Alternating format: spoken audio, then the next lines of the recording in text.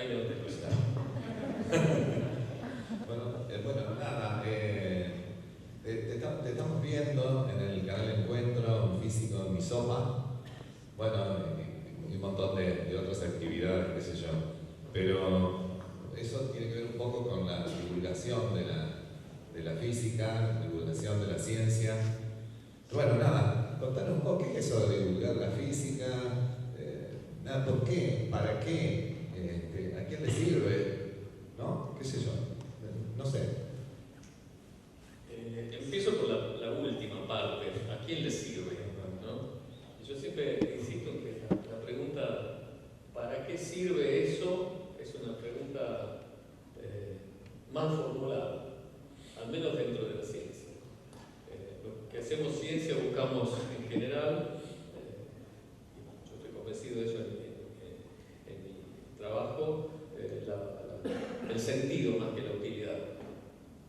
Y es cierto que la ciencia luego, después del desarrollo de ideas y de la confirmación experimental, de la configuración de teorías, se llegan a aplicaciones en las que, bueno, hay tecnologías apoyadas en esa investigación, pero centralmente lo que hacemos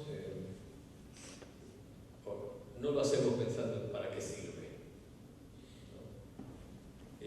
Hay una anécdota de Verdi que le pregunta a un general ¿de qué sirve la música para la defensa nacional? Y Verdi dice, para que valga la pena defender la nación. Yo creo que ese es un poco el resumen. ¿De qué sirve la sinfonía? No me interesa esa pregunta. Con todo respeto. No, ya sé. Pero creo que muchos de nosotros cuando hacemos ciencia o cuando hacemos arte o cuando tratamos de entender un poco más la vida, lo hacemos sin pensar en para qué sirve.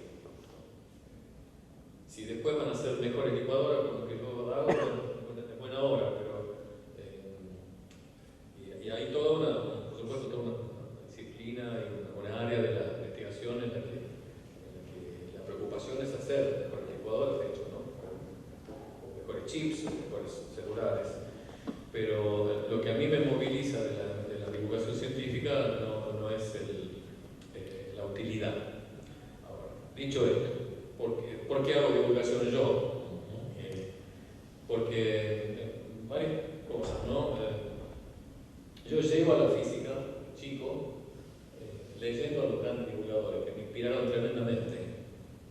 Leyendo a Feynman, leyendo a George Gamow, leía a Martin Gardner, leía a Mino Einstein, los juegos matemáticos de Seth Lloyd, la columna de investigación y ciencia de Scientific American, y entendía la mitad o menos, pero sabía que había algo que era fascinante y que al leerlo me inspiró mucho y me dio muchas ganas de seguirlo explorando. Y así como cuando uno da consejos, uno está hablando a uno mismo en el pasado. Yo cuando escribo divulgación estoy escribiendo al chico de 14 años, 15 años que era Tucumán y que leía los textos que yo leí, ¿no? Tratando de provocar una inspiración, un entusiasmo por la ciencia. Eso por un lado. Por otro lado también para mí es un propósito egoísta porque a mí me interesa la física profundamente, ¿no? Y me interesa entender la mayor cantidad de cosas posibles.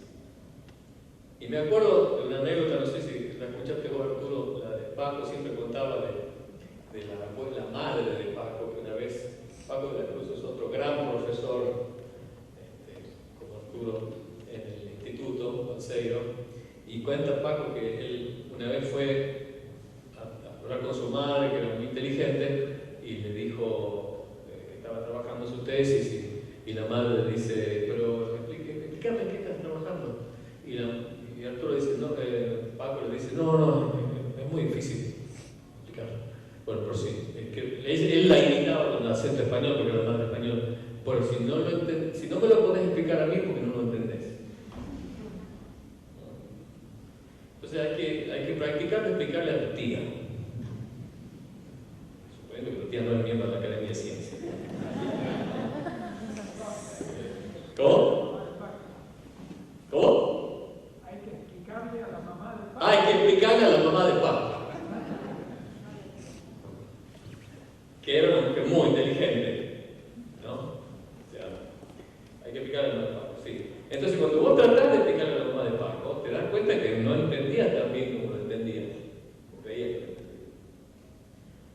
por eso, bueno, para mí hacer divulgación, porque estoy queriendo explicar, bueno, ahora voy a explicar en mi libro por qué el punto de ebullición cambia cuando le pongo sal. ¿Por qué el punto de fusión cambia cuando le pongo sal? ¿Cómo era?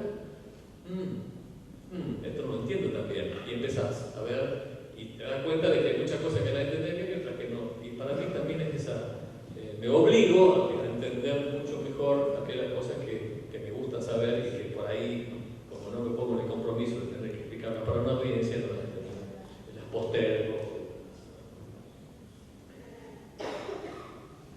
Y porque el tercer punto, ¿para qué hacer divulgación? ¿Para qué sirve? Porque la ciencia es parte de la cultura y porque es parte del conocimiento y eso nos mejora la mente, nos hace mejores individuos y nos da una mejor apreciación de la naturaleza y de la vida. Y yo me emocioné mucho. ¿Cuántos estuvieron en la obra de anoche? Bueno, para mí fue muy movilizador la primera vez que la veo la obra en serio. Y, bueno, fue muy emocionante, sobre todo por ver la historia del personaje que yo conocí algunos directamente, como Meckbach, como Foglio,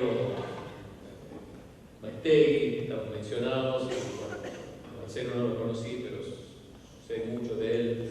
Y me emocionó mucho el discurso del final. El discurso es el texto original, ¿no? ¿Cómo? Claro, un fragmento, pero es un fragmento textual, ¿cierto? Donde habla del discurso del primer egresado del instituto y habla del sentido ético, ¿no? que tienen que tener los egresados. Y yo creo que el conocimiento, el buen conocimiento científico, en general, de los naturales científicos, nos da una mayor apreciación de la naturaleza y de nuestro rol en el mundo, y por eso es bueno hacer divulgación. Bueno, sí, un poco no, porque cuando uno a veces entra al aula y habla con los chicos, dice, bueno, está explicando un tema y dice, pero ¿para qué me va a servir esto? ¿No? Ahí venía un poco esta cuestión. Es una pregunta frecuente que la encontramos en las aulas. Bueno, hay que presentar, no creo que mi respuesta esté buena, ¿no? Pero hay que buscar una manera de decir que saber es mejor que no saber. Y que el buen conocimiento es prácticamente indispensable para la vida, aun cuando uno no usa. Por supuesto que hay cosas prácticas que está bueno saber, ¿no? El conocimiento científico te hace la vida a veces más fácil en cuanto a decisiones prácticas, y está buenísimo eso. Pero no me parece que sea el eje, por lo menos no es el eje para mí. El eje es la profundidad intelectual y por el otro lado tenés publicado el libro sobre la física en la vida cotidiana. Sí, porque parte de entender la vida cotidiana, porque digamos, la física parte de la observación de lo visible y de la experiencia.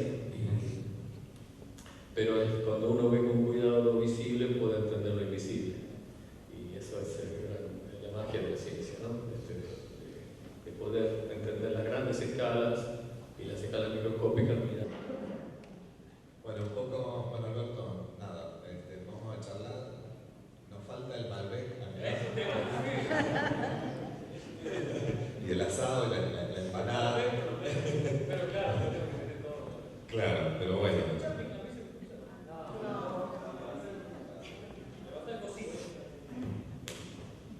Ahí lo tengo. Bueno, nada, te estamos viendo en el canal Encuentro, un físico en mi sopa, bueno, y un montón de otras actividades, qué sé yo, pero eso tiene que ver un poco con la divulgación de la física, divulgación de la ciencia. Bueno, nada, contanos un poco qué es eso de divulgar la física, ¿por qué? ¿Para qué? ¿A quién le sirve? ¿No? ¿Qué sé yo? No sé. Empiezo por la última parte. ¿A quién le sirve? ¿No? Yo siempre insisto que la pregunta ¿para qué sirve eso? Es una pregunta mal formulada, al menos dentro de la ciencia. hacemos ciencia buscamos en general, yo estoy convencido de eso en mi trabajo, el sentido más que la utilidad. Y es cierto que la ciencia luego, después del desarrollo de ideas y de la confirmación experimental, de la configuración de teorías, se llegan a aplicaciones en las que, bueno, hay tecnologías apoyadas en esa investigación, pero centralmente lo que hacemos no lo hacemos pensando en para qué sirve, ¿no? Hay una anécdota de Verdi que le pregunta a un general ¿de qué sirve la música para la defensa nacional? Y Verdi dice, para que valga la pena defender la nación. ¿No? Yo creo que ese es un poco el resumen. ¿De qué sirve la sinfonía? No me interesa esa pregunta. Con todo respeto. No, ya sé. Pero creo que muchos de nosotros cuando hacemos ciencia o cuando hacemos arte o cuando tratamos de entender un poco más la vida, lo hacemos sin pensar para qué sirve. Si después van a ser mejores licuadoras con lo que yo hago, es buena hora, pero y hay toda por supuesto, toda una disciplina y una área de la investigación en la que la preocupación es hacer mejores licuadoras, de hecho, ¿no? O mejores chips, o mejores celulares. Pero lo que a mí me moviliza de la divulgación científica no es la utilidad. Ahora, dicho esto, ¿por qué hago divulgación yo? Porque varias cosas, ¿no? Yo llego a la física, chico, leyendo a los grandes divulgadores que me inspiraron tremendamente. Leyendo a Feynman, leyendo a George Gamow, leía a Martin Gardner, leía a mismo Einstein, los juegos matemáticos de Seth Lloyd, la columna de investigación y ciencia de Scientific American, y entendía la mitad o menos, pero sabía que había algo que era fascinante y que al leerlo me inspiró mucho y me dio muchas ganas de seguirlo explorando. Y así como cuando uno da consejo, uno está hablando a uno mismo en el pasado. Yo cuando escribo divulgación estoy escribiendo al chico de 14 años, 15 años que era de Tucumán y que leía los textos que yo leí, ¿no? Tratando de provocar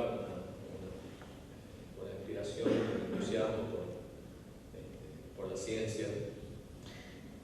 Eso por un lado. Por otro lado también para mí es un propósito egoísta porque a mí me interesa la física profundamente, me interesa entender la mayor cantidad de cosas posibles.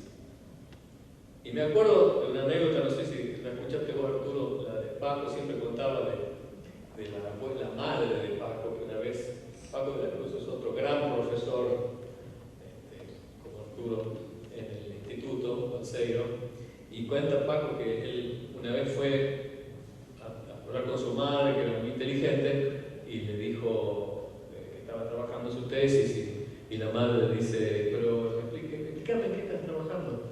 Y Arturo dice, no, Paco le dice, no, es muy difícil explicar. Bueno, pero sí, él la imitaba con acento español, porque era madre español. Pero si no me lo podés explicar a mí, porque no lo entendés.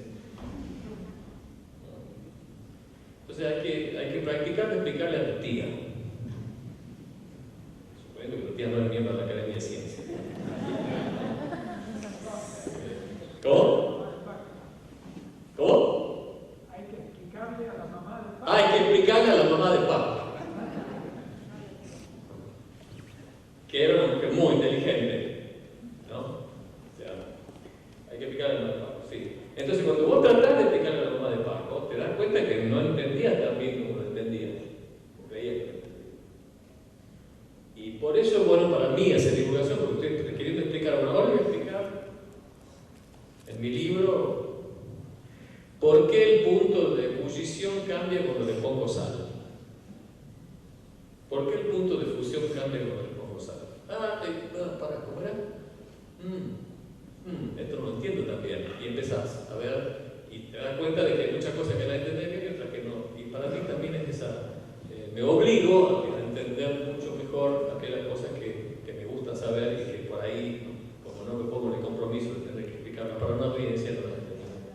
postergo. Y porque el tercer punto, ¿para qué hacer divulgación? ¿Para qué sirve? Porque la ciencia es parte de la cultura y porque es parte del conocimiento y eso nos mejora la mente, nos hace mejores individuos y nos da una mejor apreciación de la naturaleza y de la vida.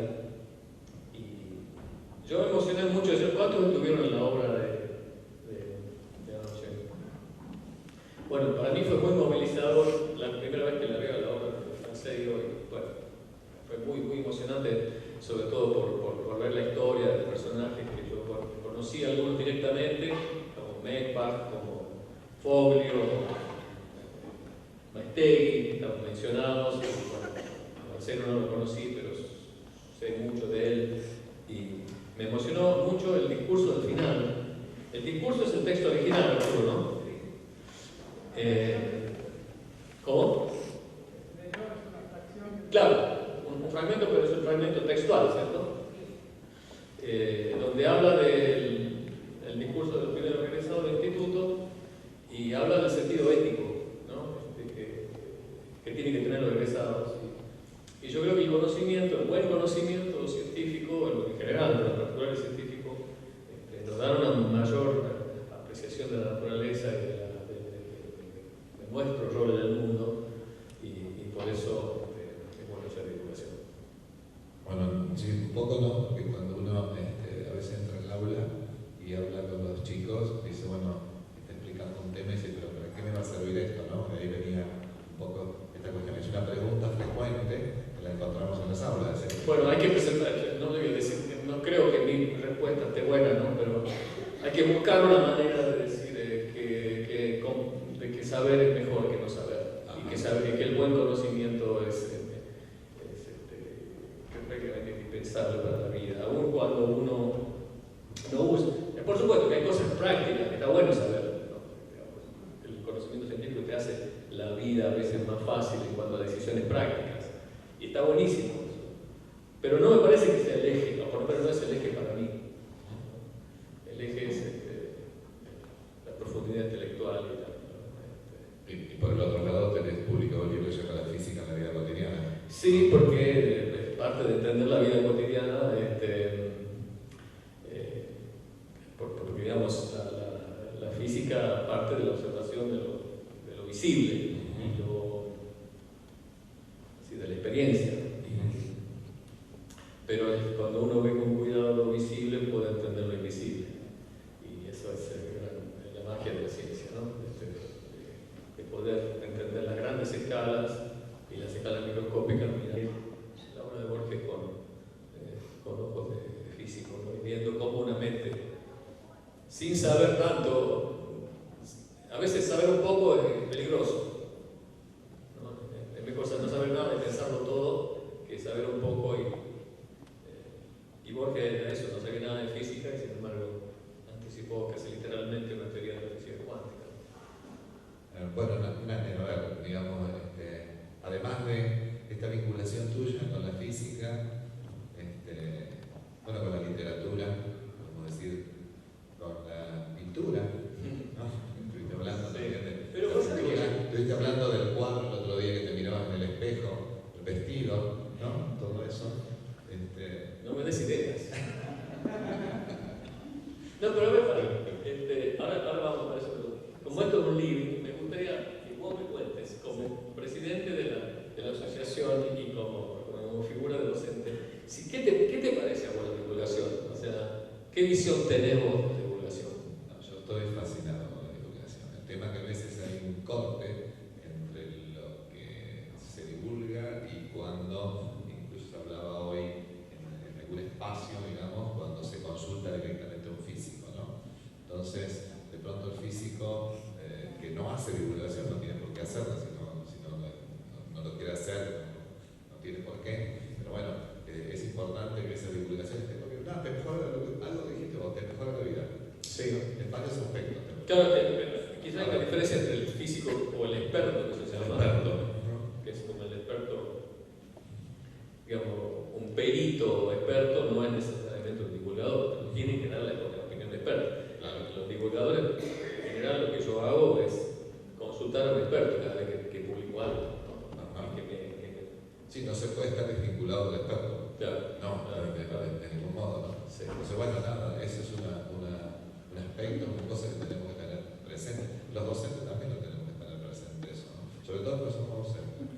Y hay algo que pasa que es cuando uno quiere transmitir algo. Yo no sé, digamos, qué te pasa a vos, pero a mí me pasa, digamos, ¿no? Yo estoy enseñando un tema, pero no estoy pensando, a ver, es como que sale, es como que emana, es como que nada, es como lo percibo, cómo lo entiendo, cómo lo puedo transmitir, de qué manera, de qué mejor manera. Entonces, bueno, eso es algo qué sé yo, siempre me preocupa y trato de que sea de ese modo. Porque me permite comprender un montón de cosas, ¿no? Pero comprender un montón de cosas desde varios puntos de vista. Me permite comprender cosas, no estoy hablando exclusivamente de física, también cuestiones sociales, cuestiones políticas, ¿no? Que no están aisladas, que forman parte de un todo. En ese entramado me permite hacer una lectura de la realidad vista de la formación que uno tiene, de lo que ha leído, de los referentes que uno pueda tener. Está bueno lo que dijiste de la docencia, porque hay un punto de contacto que no, o sea, hacer divulgación no es lo mismo que hacer docencia, porque uno no está dando una clase, pero sí se vincula con algo que para mí es importante en la docencia, y es que la divulgación científica es un género en sí mismo, ¿no? Es un género en donde el cómo importa casi tanto como o más a veces que el qué. Yo noto a veces el que hay algunos divulgadores que cuentan fantásticamente, pero que el contenido por ahí es dudoso, o algunos que tienen un contenido espectacular y que no lo comunican con el énfasis y la convicción. Y para mí en el vértice de la gloria de esa conjunción está alguien como Carl Sagan, por ejemplo, que tiene una sustancia de lo que está diciendo que es profundísima y sólida, y a la vez tiene un cómo que es extraordinario. O sea, mucha gente digamos, Carl Sagan es como una especie de héroe de la divulgación para mí y para muchos de nosotros. Y cuando hablamos con gente como para ver qué es lo que tenía el tipo, te das cuenta que mucha gente se acuerda de cómo lo dijo, pero no de qué es lo que estaba diciendo. Sin embargo, te causó una impresión, una inspiración y una ganas de ver el cosmos de otra manera, ¿no? Yo me acuerdo, una amiga me decía que se acordaba de una sola escena del cosmos. Carl Sagan dice: los seres humanos estamos hechos de carbono, de calcio, y pone una bolsita de calcio, de agua, balde de agua, y ahora qué va a hacer el tipo, digo, ¿no? Va a juntar todo y va a ser una persona. Y uno se quedaba enganchado esperando a ver qué seguía, como si fuese un actor, que en el fondo lo era, contando una narración maravillosa, ¿no? Entonces, yo creo que ese cómo, que es en el fondo la pasión que tenemos nosotros, por lo menos yo por lo que hago, está bueno también llevarlo al aula, ¿no? Que creo que ese es el objetivo, creo que como padres y como educadores, ¿no? Deberíamos poner el foco ahí, ¿no? De que si no te sale, te va a salir. Y sos capaz de hacerlos. Y hablando de confianza en uno mismo, bueno, todos sabemos que sos un músico excelente, ¿no? O por lo menos mi opinión personal. Muchas gracias. ¿Qué es eso de tocar con Mercedes Sosa? Porque realmente, no sé, es como... Sí, bueno, yo... ¿Cómo lo vivís? ¿Cómo que tenías amistad? Un sueño hecho realidad, pero parte para mí de una lección creo que me la dieron mis viejos, o de muy chico, porque tuve ese privilegio de que mis viejos me metieron en la cabeza de que yo era capaz de hacer cosas. Y no no me salían a mí. Pero como me habían dicho que yo era capaz, yo seguía insistiendo. Pero cuando yo me comparo con mis vecinos, a algunos les salían las cosas mucho más rápido que a mí. Pero mis viejos me habían convencido de que yo iba a ser cada vez mejor. Esa es mi reconstrucción de lo que ellos inspiraron en mí, ¿verdad?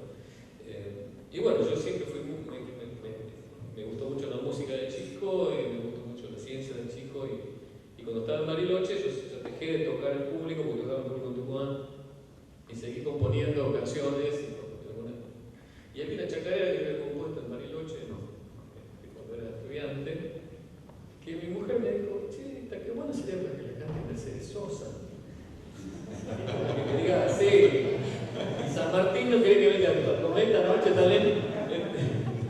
Y le digo, sí, qué sé yo, estaría bueno. Y era como realmente una ficción.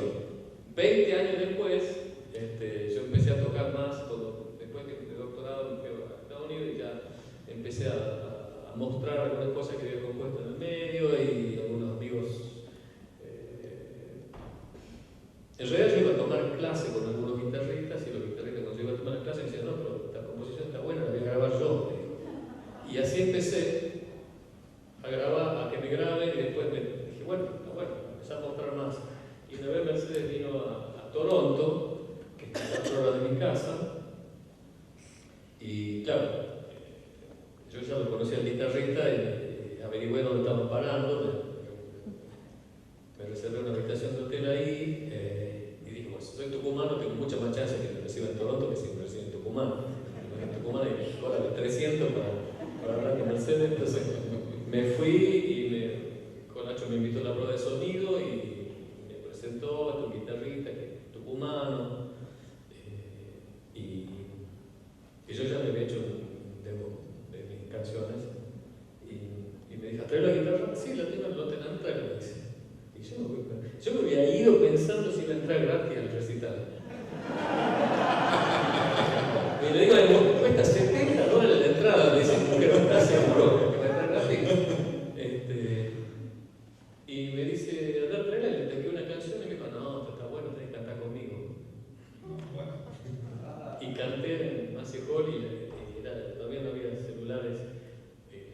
Con la tarjeta le llamo a mi mujer del camarín y le digo, acabo de tocar con Mercedes Sosa. ¿Cómo? No era que y yo ni yo lo puedo creer hoy. Y al día siguiente le fui me recibió en la suite, yo tenía un disquito con 4 temas míos y fue muy impresionante verla, escuchar las canciones. Porque tienes un auricular y yo pensé que se había dormido.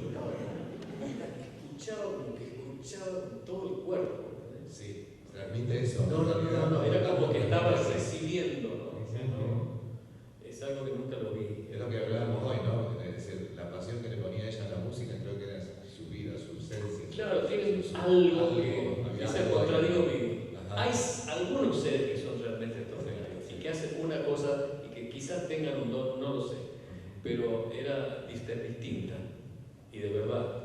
Perdón, no, porque como es un living, digamos, viste que me contracturé, estaba medio contracturado al principio. Te veo más relajado. Te noto un poco más. Te veo un poco más. Antes estaba como ahí, nada. Mira, y eso que no tenemos el Malbec, Eso que no tenemos el Malbec, pero si no estaríamos más descontracturados todavía. Pero bueno, es eso te habrá pasado a vos con Mercedes Sosa cuando... No, olvidar. No, me pasó los últimos días, te digo. Ese día me dijo, yo tengo la frase que me acuerdo, son 3 frases que me dijo, que me las había repetido porque las quiero mandar a mis nietos cuando sea tiene momento. Esto es nuevo, lo voy a apoyar, vas a escuchar de mí, me dijo, así. Y fue así. Después yo volví a Buenos Aires, le llamé, no fue tan inmediato, nos hicimos medio amigos, me invitó a su casa, después empecé a tocar con ella le gustó mucho mis canciones, empezó a cantar, cantó varias veces, primero en vals mío, y bueno, después grabé con ella, pero nunca me terminé de relajar. Anda de paso como No, porque ella me trataba como un padre.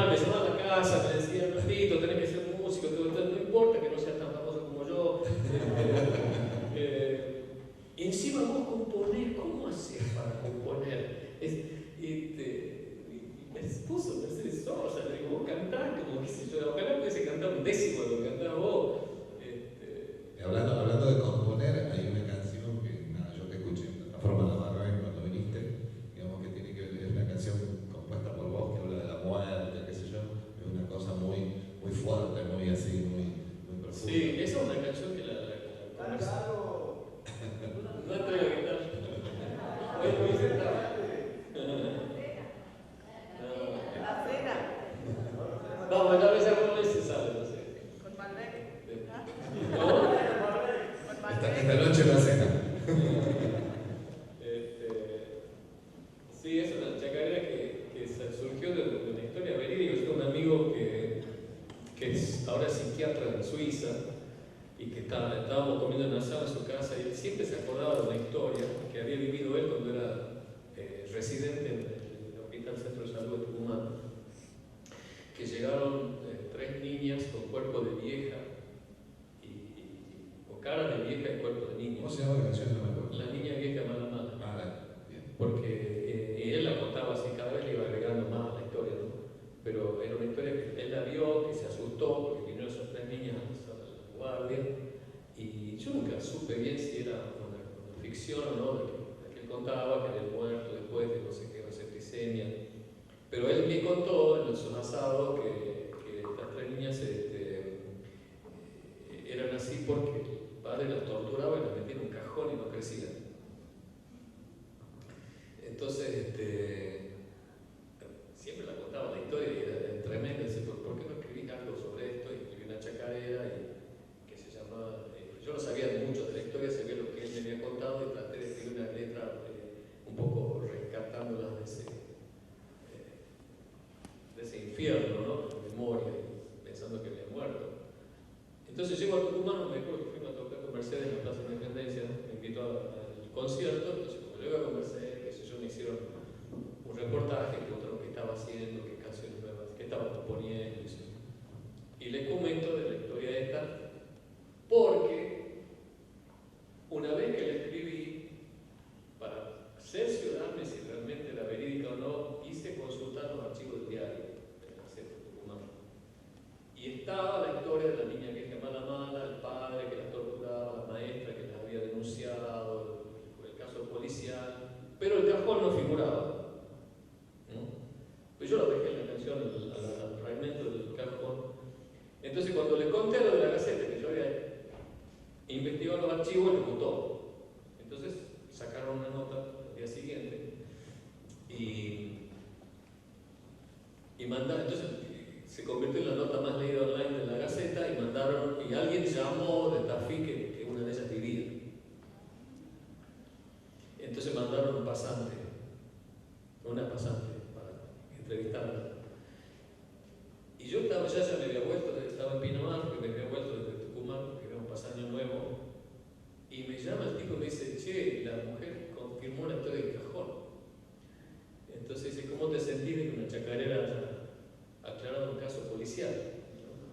Y yo no pude pasar año nuevo, era tremendo, una sensación así muy ambigua, muy fuerte. Y bueno, después esa canción, después la conocí, es toda una historia. Y ahora la canción forma parte de un repertorio de cosas medio policiales. Hay un periodista de Clarín que la tomó para un capítulo de un libro. Pero bueno, parte de la historia, de buscar cosas también. claro, de buscar cosas, bueno, nada, realmente de conocerte, no solo tu producción física, sino además como persona, ¿no? Yo lo veo eso integri como una unión del acto creativo, de cosas que uno trata de producir. Nada, vos ahora podrías estar en Estados Unidos, en Oakland, no sé, en Michigan, no sé, en Planta Plaza, no sé. Pero me borré por 2 semanas. O en Tafí del Valle, no sé. ¿No? ¿Qué te pasa con la Argentina? Adoro Argentina. Se nota, ¿no? Y bueno, sí. ¿Y con Tucumán? También. Bueno, está. Bueno, es donde yo nací, donde vi por primera vez la mayor cantidad de las cosas que me acompañan, pero tengo un amor especial por Argentina y un amor particular porque es como mi casa, Tucumán, digamos, ¿no? Pero la cultura argentina es la que me duele. Ajá.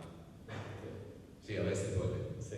Pero duele en el sentido de, o sea, yo soy norteamericano prácticamente, viví muchísimos años de mi vida ahí, me trataron espectacularmente bien y estoy muy agradecido con cómo, digamos, mejor que acá, en muchas cosas, pero no me duele, ¿no? Tengo una admiración y un agradecimiento, pero no me toca. Es otra cosa. Claro, es otra cosa. Me encanta construir cosas allá. Bueno, y nada, ya para terminar, pues no está yendo el tiempo, nada. Hablamos de nada. Hay vino más tarde, ¿no? Después de esto ya tengo que tomar vino. Chacarera. Música, bueno, en fin, física, pero bueno, un poquito lo que quería preguntar y volviendo un poquito más a la música. ¿Y con el rock qué pasa? Con Charly García tuviste también el Charly García toqué, sí. No, el rock es parte de la música. No, para mí no hay género. Yo no me gusta el término folclore, la palabra folclore, siempre una palabra inglesa.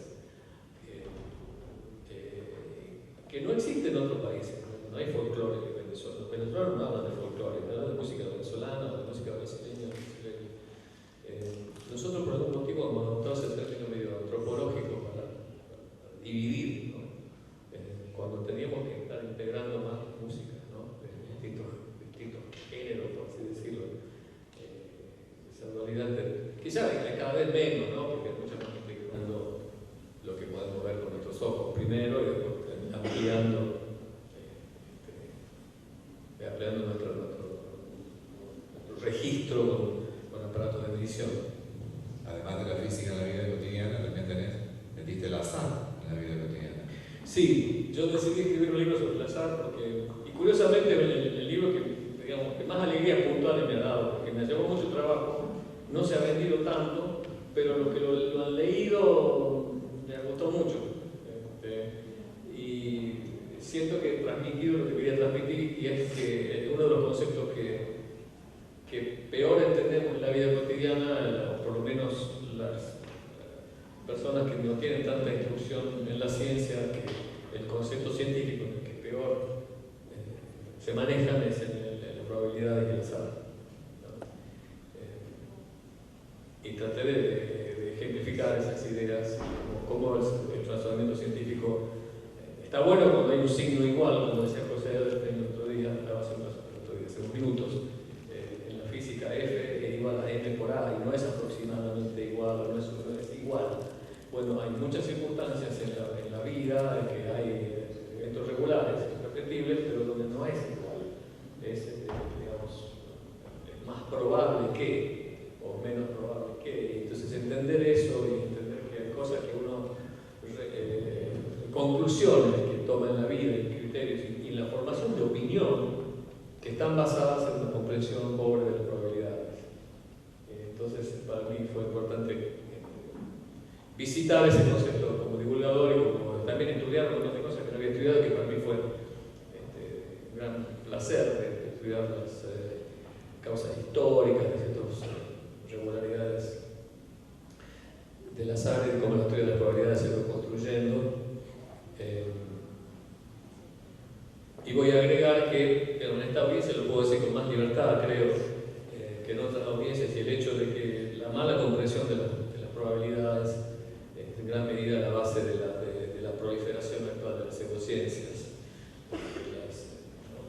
de la astrología, de la homeopatía y de otras tantas tías que... Pero además tuvimos a alguien contratado, ¿no? Un hindú, de cuántica. O sea, hay una proliferación de un contrabando de la ciencia hacia otros áreas de conocimiento donde no se aplica el conocimiento científico, una extrapolación burda de la física cuántica, de la astronomía, de probabilidades, y que hace que haya grupos de decisión donde se contratan astrólogos, se contratan físicos cuánticos que dan lecciones de vida. Si se entiende alegóricamente y si hay maneras de conectarse poéticamente con la realidad que son absolutamente lícitas, ¿no? La poesía y la que expresa lo inexpresable y el contacto con la espiritualidad, pero no cuando se pretende que eso está basado en las reglas de la física cuántica, porque la física cuántica no te está diciendo eso. Entonces, es un uso ambiguo y cuando en realidad tendría que haber una espiritualidad vernácula, ¿no? O sea, una espiritualidad que no necesariamente está basada en que los astros de alguna forma tienen ciclos que afectan los ciclos de mi vida, cuando no hay una base válida para eso, pero sí puede ser que yo mirando las estrellas me sienta conmovido y que lo tome como una invitación de la reflexión y demás, ¿no? Diferenciar esas cosas es importante y es un poco, como le dije a alguien en una charla de uno de los grupos en los que estuve hace poco, yo escribí bastante sobre eso, incluí algo en el libro y bueno, me está costando muchos fans, pero bueno, es parte de la tarea del jugador también. Hablando de ese asombro y de la conexión con otras disciplinas o con otras áreas, también hablaste de Borges y la física cuántica, ¿no? Y ahí estamos. Claro, o sea, en el caso ahí sí que hay me parece que hay una conexión. Algo que me interesa mucho a mí es la conexión entre el arte y la ciencia. El hecho de que hay muchísimo arte en la ciencia, de que la construcción de teorías está informada por criterios estéticos, que no son cosas separadas. La misma imaginación que crea el arte es la que crea la ciencia. Y me encanta ver cómo en muchas circunstancias del desarrollo científico, de la física en particular, hay momentos en que la teoría se construye no persiguiendo un horizonte explicativo de una teoría que no se entendía, un experimento que no se entendía, sino ciertos atributos estéticos de la teoría anterior. O sea, a Maxwell le parecía que las ecuaciones de la luz de las ecuaciones de la electricidad del magnetismo no eran de todo simétricas, le faltaba un término para que estén simétricas, entonces puso un término para restaurar la simetría y cuando puso ese término aparece que hay una onda de electricidad y magnetismo y esa onda resulta ser la luz. Llega a ese término buscando restaurar la simetría de la teoría, en el fondo es un criterio estético. Einstein cuando tiene que buscar su teoría de la relatividad especial dice, bueno, la teoría de Maxwell, de vuelta mirándola de vuelta, tiene asimetrías que no parecen ser inherentes al fenómeno. Esa es la primera frase del trabajo. O sea, la teoría de Maxwell tenía asimetrías, el tipo decía. Y en el segundo párrafo dice, ¿por qué? En mi mano tengo un imán y acá tengo una espira de corriente en la otra mano, una espira de alambre, digamos. Yo hago el experimento con un alambrecito y un diodo. Este es mi libro. Y arriba tenés un imán. Moves el imán y se genera una corriente en la espira y ves el diodo. Ahora, tengo el imán quieto y muevo la espira, también se genera una corriente y se prende la luz, ¿no? Si muevo el imán o muevo la espira. Y las corrientes son exactamente las mismas. Pero las ecuaciones que tenés que usar según Maxwell son distintas. Porque en un caso estamos moviendo un alambre, que se mueve un campo magnético estático, y en el otro caso estamos moviendo el imán, que genera un campo magnético variable. Pero hacer las ecuaciones te da el mismo resultado. O sea que no pueden ser dos ecuaciones distintas. Tienen que ser lo mismo, visto de distintos lugares. ¿Por qué eran distintas las ecuaciones? Porque había un éter. Entonces, en un caso, el imán está quieto respecto del éter y muevo la espira. Y en el otro caso, la espira está quieta respecto del éter y muevo el imán. Entonces, puedo distinguir entre los dos. Ahora, si saco el éter, ya no hay. Lo más sencillo es sacar el éter y decir que es lo mismo. Esa asimetría a él llega pensando en por qué el universo va a ser asimétrico, si es la más sencilla la simetría. Eso es estética. Eso no hay razón por la que el universo se va a comportar de acuerdo a lo que a mí me parece más simétrico, y lo que a mí me parece más simétrico es una cuestión de gustos. Y sin embargo, termina siendo lo verdadero. Entonces, hay muchas instancias en las que el arte informa la ciencia, como en este caso, y hay otros casos en los que el arte anticipa, ¿no? Hay varios ejemplos en Dante donde hay anticipos inclusive de la curvatura del espacio. Hay un capítulo de Gulliver donde hay una isla donde los astrónomos son buenísimos y tienen telescopios mejores que los que había en ese momento y pueden ver los satélites de Marte. Y hasta entonces no se habían visto satélites de Marte, no se habían descubierto los satélites de Marte. Y Gulliver dice son dos y tienen tales órbitas. Y son casi idénticos. Son dos, bueno, le pegó de casualidad y un poco sí, pero también está bueno, porque el tipo usó, si los satélites existieran, tendrían que verse, si estuviesen lejos, tendrían que verse, no se veían con los telescopios en ese momento. Entonces, si es que hay satélites, están cerca. ¿Y por qué dos? Bueno, Mercurio no tiene ninguno, Venus tiene uno, Tierra tiene uno, Júpiter tiene 4, mentira, porque ahora tiene como 60, pero en ese momento tiene 4, en el medio hay 2, dice, y le pegó. ¿No? Ese es el razonamiento que se supone que siguió. Y bueno, y Borges en el 42 escribe una teoría, que es la primera vez que alguien habla del tiempo que se bifurca, en el carril de sendero que se bifurca, y bueno, ese modelo de universo como un laberinto temporal donde donde lo que se ramifica es el tiempo, nunca nadie lo había escrito, y en 1957, 15 años después, Everett lo propone como una interpretación de la física cuántica. Está buenísima esa es una de las cosas que a mí me hace. Yo ya le